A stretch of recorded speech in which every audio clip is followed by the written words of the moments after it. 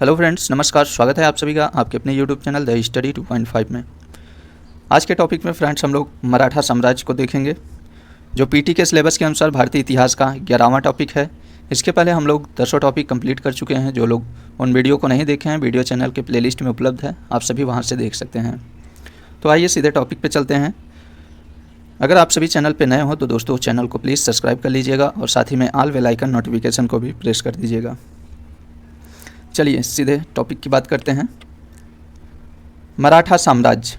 मराठा साम्राज्य की स्थापना छत्रपति शिवाजी द्वारा 17वीं शताब्दी के उत्तरार्ध में की गई और शीघ्र ही अपनी महत्वाकांक्षा के कारण मराठा साम्राज्य भारत की महत्वपूर्ण शक्ति बनकर उभरा और यहाँ तक कि बाद के दिनों में उन्हें मुगलों का उत्तराधिकारी भी कहा जाने लगा।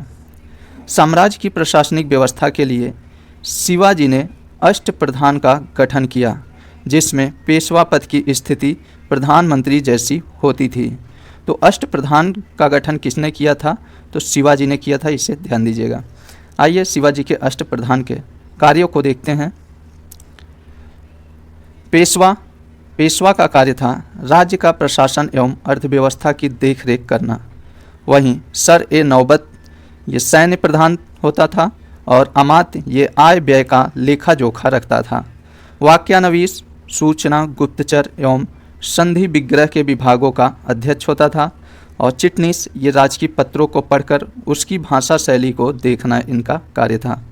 सुमंत ये विदेश मंत्री होते थे। पंडित राव ये धार्मिक कार्यों को देखना इनका कार्य था। न्यायाधीश न्याय विभाग का प्रधान होता था। मराठा प्रशासन में दो महत्वपूर्ण कराधान प्रणाली थे, जिसमें चौथ और सरदेश मुखी थे। चौथ कर भू राजस्व का 1/4 था, जो मराठा के उस क्षेत्र पर आक्रमण नहीं करने के लिए दिया जाता था। वहीं सरदेश मुखी कर ये 10% का अतिरिक्त अधिभार था, जो उस क्षेत्र से लिया जाता था जो मुगलों के अधीन था, पर मराठा उस पर दावा करते थे। शिवाजी की मृत्यु के बाद उनके पुत्र संभाजी ने मुगलों से संघर्ष जारी रखा और यहाँ तक कि औरंगजेब के विद्रोही पुत्र अकबर द्वितीय को शरण भी दिया। संभाजी को युद्ध में परास्त कर उसे मृत्युदंड दे दिया गया और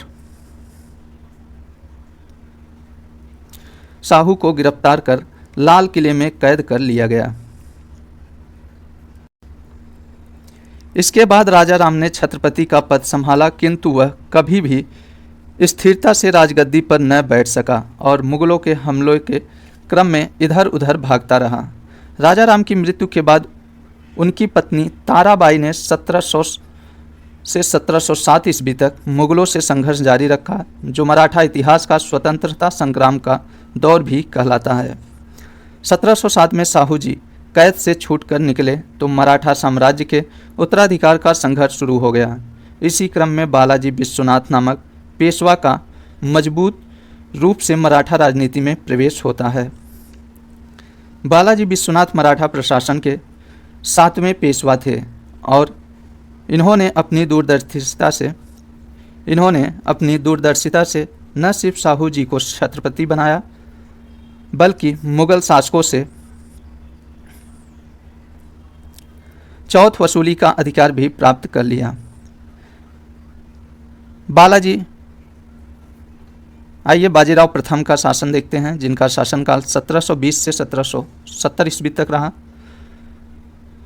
शिवाजी के बाद गौरेला युद्ध प्रणाली में ये सबसे कुशल माने गए और पेशवा का पद और मजबूत होकर उभरा।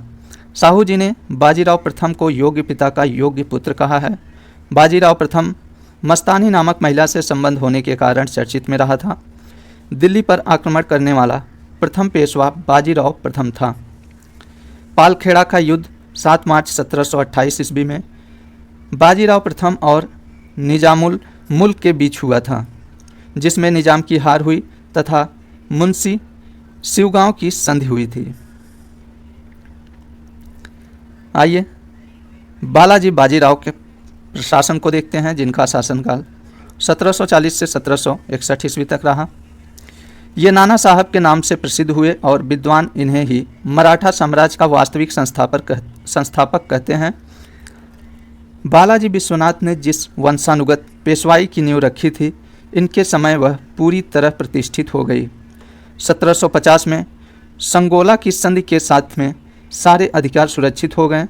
बालाजी बाजीराव के समय ही पानीपत का तृतीय युद्ध 14 जनवरी 1761 में हुआ था। तो पानीपत का तृतीय युद्ध कब हुआ था? तो 14 जनवरी 1761 ईस्वी में। इस युद्ध में मराठा सेना का नेतृत्व सेनापति सदाशिव राव भाऊ ने किया तथा तोपखाने का नेतृत्व इब्राहिम गार्दी ने किया था। बालाजी बाजीराव ने अपनी सेना में गैर मराठों को भी भर्ती किया था। बालाजी बाजीराव की मृत्यु 1761 में हुई थी।